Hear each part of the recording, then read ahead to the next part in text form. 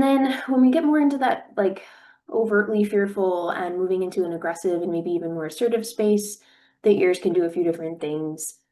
So this picture here was kind of the best photo I could find of rotated to the side and downward that I didn't have to pay for. I pulled a lot of photos from Wikimedia Commons because they have free licensing, and it might not shock you to know that I don't actually have a lot of my own photos of animals with this face because for one thing, it's been rare that an animal has looked at me like this, but also when it does happen, I'm not usually taking a photo. I'm usually taking a step back, right? So this isn't an ideal photo, but you can see that ears are rotated toward the side, but they're also kind of pinned back down on the head. So if we go back to earlier discussion of body position and like the kinds of things that dogs will do to make themselves appear small when they're feeling stressed or feeling fearful, wanting to just, um, create distance from a trigger. That's another thing too. Those ears will kind of like fall back. And this is more of an aggressive posture.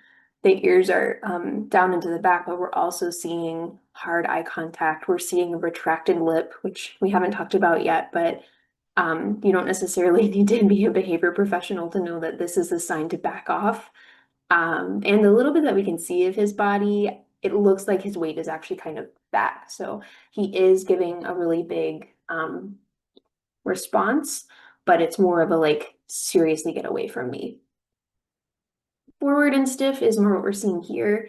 And again, this is subtle body language. This is a photo. Who knows what happened in the frame right before, right after this photo. But in this picture here, this is a nice example of a potentially offensive, overly aroused, potentially about to be a dangerous situation.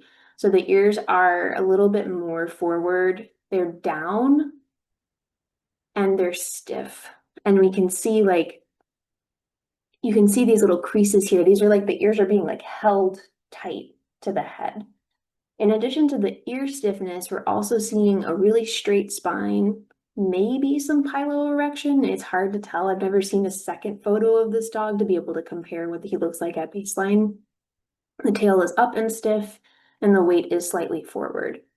We haven't really talked about the muzzle yet, but this is also what's called an agonistic pucker. So we'll get to that in a second, but it's a sign that you need to back up. And then when we're looking at fearful pups, we've got that rotated to the side and down again. But what's different about this picture versus this picture is everything else going on with the body language, right? So we've got direct eye contact here. We've got the threat display versus very compressed body language, tail tucked under the body, limbs tucked under the body, not making eye contact, and lowered head. And speaking of the mouth, let's talk about it.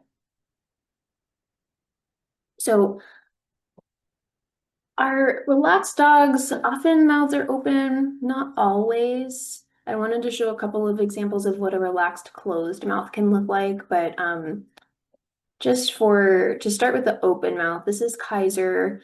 He's got an open mouth, right? And what we can see this compared to this, we don't see any of his canines or his front teeth, right? He's doing nothing with his top lip to retract that lip and show his teeth. He's just opening his mouth.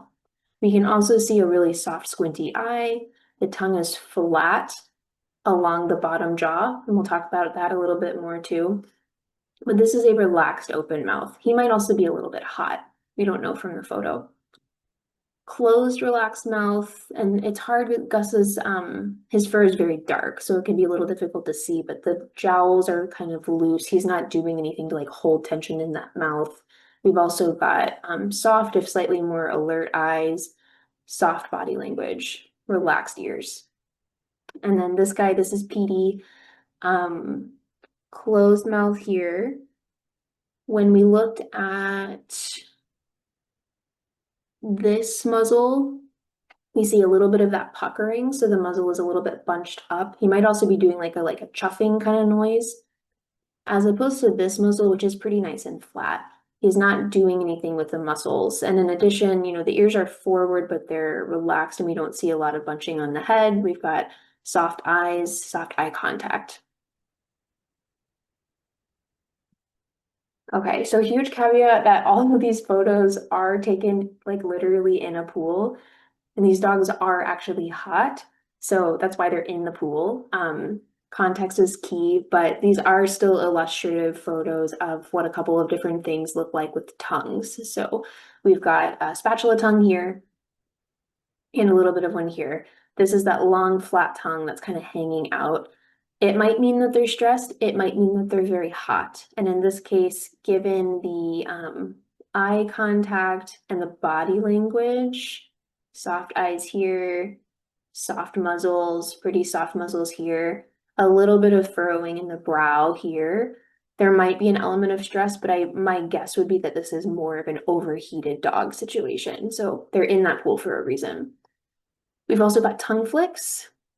He might have just had a tasty snack. He might be showing a very subtle sign of distance increasing request. So that tongue flick, the tongue flicks up to the nose and it can actually activate what's called a Flayman's response that helps get a little bit more information about the scent in the air and what's going on to the dog's brain. So that might be what's going on. We can also see that happen sometimes when a dog is showing appeasement, of sort of like a please stop touching me or please leave me alone. That little subtle tongue flick will often be accompanied by a weight shift back or a look away. And then when we start to see dogs who are a little more overtly stressed and maybe even moving into more of a assertive like threat position, we'll see a couple of different things with their mouths. So I'm going to use the term commissure. This is where the top lip and the bottom lip meet, if you imagine that angle, right?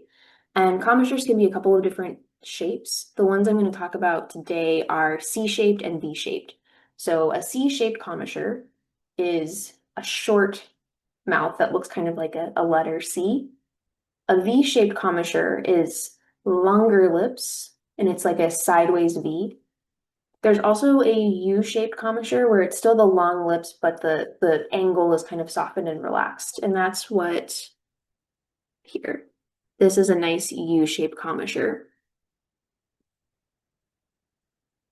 This one is potentially, it's hard to tell with the angle of the tongue, but what differentiates this from this, for example, is we've got those long lips, they're retracted, and the tongue is raised high above the teeth. So when we see that kind of high tongue, that's a sign that there might be an increasing stress or sometimes heat.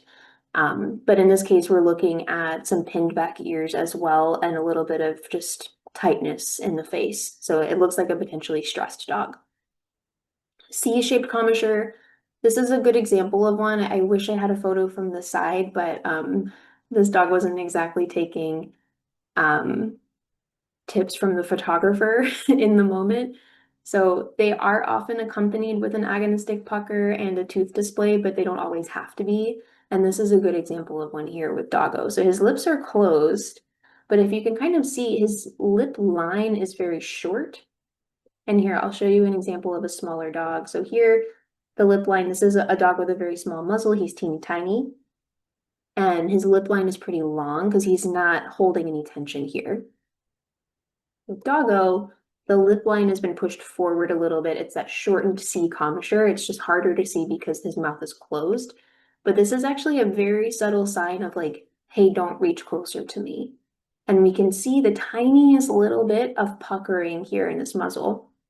When we look at that, plus the whale eye, plus the dilated pupils, plus the weight back, this is a dog who might snap at you if you put your hands close to him. And just looking at him in passing, you might just think, oh, he's cute, right? And he is very cute, but we want to make sure that we're catching those very subtle signals.